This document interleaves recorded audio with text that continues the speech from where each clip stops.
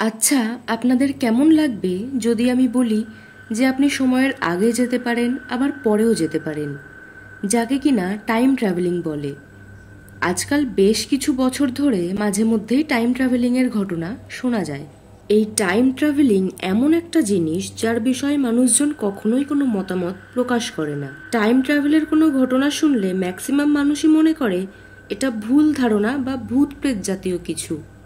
আজকের এই ভিডিওটিতে একটা ঘটনা শেয়ার করব, সেটা শুনে আপনি আপনার মতামত অবশ্যই কমেন্ট বক্সে জানাবেন যে এটা কি, আদেও কি টাইম ট্রাভেল সম্ভব নাকি সবটাই অলৌকিক।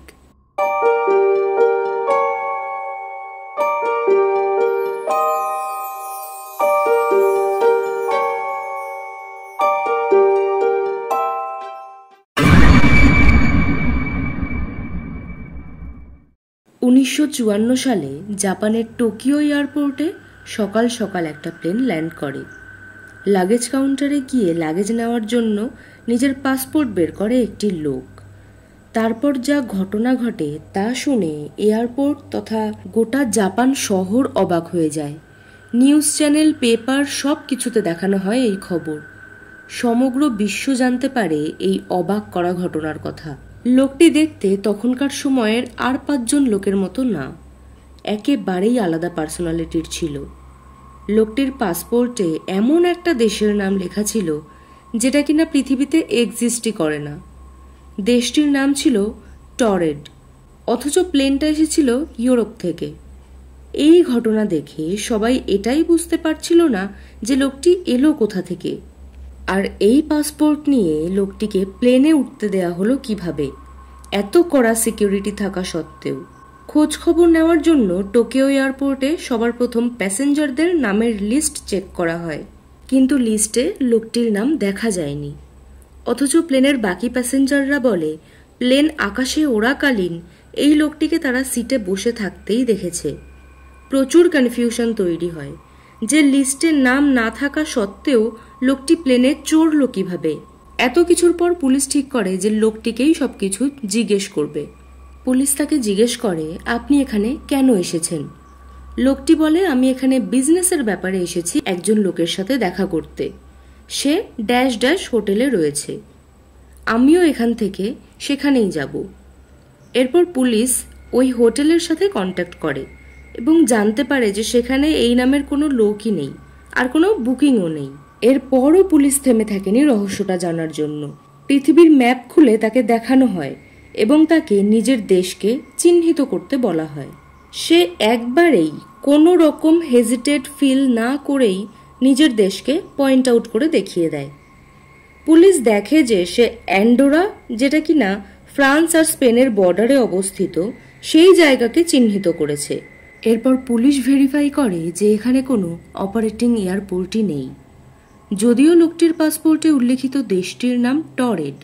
পুলিশ তো কোনো ক্লু পেলই না, বরং আরও কনফিউশন বেড়ে গেল।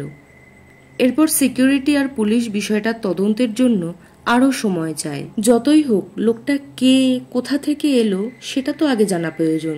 এরপর লোকটির পাসপোর্ট সিজড করে দেওয়া হয় এবং তাকে হোটেলের একটি রুমে লক করে দেওয়া হয়। কোনো রকম অত্যাচার করার জন্য নয়, শুধুমাত্র নজরে রাখার জন্য। তার রুমের ঠিক সামনে 2 জন সিকিউরিটি অফিসারকেও নিয়োগ করা হয়। এমনকি লোকটির রুমের জানলাগুলোও বন্ধ করে দেওয়া হয় যাতে লোকটি পালিয়ে না যেতে পারে। পরের দিন সকালে পুলিশ আসে ইনভেস্টিগেট করতে। রুমের দরজা খুলতেই পুলিশ ও সিকিউরিটিরা চমকে যায়। লোকটি ঘরের কোথাও নেই, জানলা বন্ধ, দরজার বাইরে সিকিউরিটি আছে। এমন অবস্থায় লোকটি গেল কোথায়, গেলেও কিভাবে গেল? পুলিশ কেসটির কোনো কিনারাই খুঁজে পায় না। কেসটা রহস্য থেকে রহস্যময় হয়ে উঠেছে ধীরে ধীরে। পুলিশ তারপর ভাবে যে লোকটির পাসপোর্টটা তো আছে, সেটা থেকে কিছু না কিছু সমাধান নিশ্চয়ই বেরোবে। তারপর পুলিশ পাসপোর্ট নিতে যায়, কিন্তু পাসপোর্টটাও নেই। পুলিশের লকার রুম থেকে পাসপোর্ট উধাও। এটা কোনো সাধারণ ঘটনা নয়। লক থাকা অবস্থায় মানুষ এবং মানুষের সাথে সাথে আলাদা জায়গায় লক করে রাখা পাসপোর্টও উধাও। শেষমেশ পুলিশের কাছে আর কোনো ক্লুই রইল না কেসটা ইনভেস্টিগেট করার জন্য। এই যে ঘটনাটা জাপানে ঘটেছিল, এখনো পর্যন্ত এটাকেই জাপানের সব থেকে মিস্টেরিয়াস কেস বলা হয়। এবার এই ঘটনাটা যখন সাধারণ মানুষের কাছে পৌঁছায় তখন তাদের ধারণা থেকে বলা হয় এই যে দেশ টরেড, এটা হয়তো কোনো প্যারালাল ইউনিভার্সে বিলং করে এবং লোকটি হয়তো ভুলবশত অন্য কোনো টাইম জোনে পৌঁছে যায় এবং এখানে এসে পড়ে। বহু মানুষই এটাকে টাইম ট্রাভেলিংয়ের কোনো একটা কেস বলেই মনে করে। হতে পারে লোকটি অতীত কিংবা ভবিষ্যৎ থেকে কোনো কাজ পূরণ করার জন্য এসেছে এবং যাতে সে পুলিশের কাছে ধরা না পড়ে তাই হয়তো আবার নিজের টাইমে ফিরে গেছে। অনেক কিছুই হতে পারে, কিন্তু যাই হোক না কেন এই ঘটনা সেই সময় জাপানকে বেশ রহস্যের মধ্যে ফেলেছিল। তবে হ্যাঁ, এই টাইম ট্রাভেলিংয়ের যে কনসেপ্টটা আছে সেটা আসলে কোনো কনসেপ্ট না, ফ্যাক্ট। এমনকি সায়েন্সও এটাতে বিলিভ করে।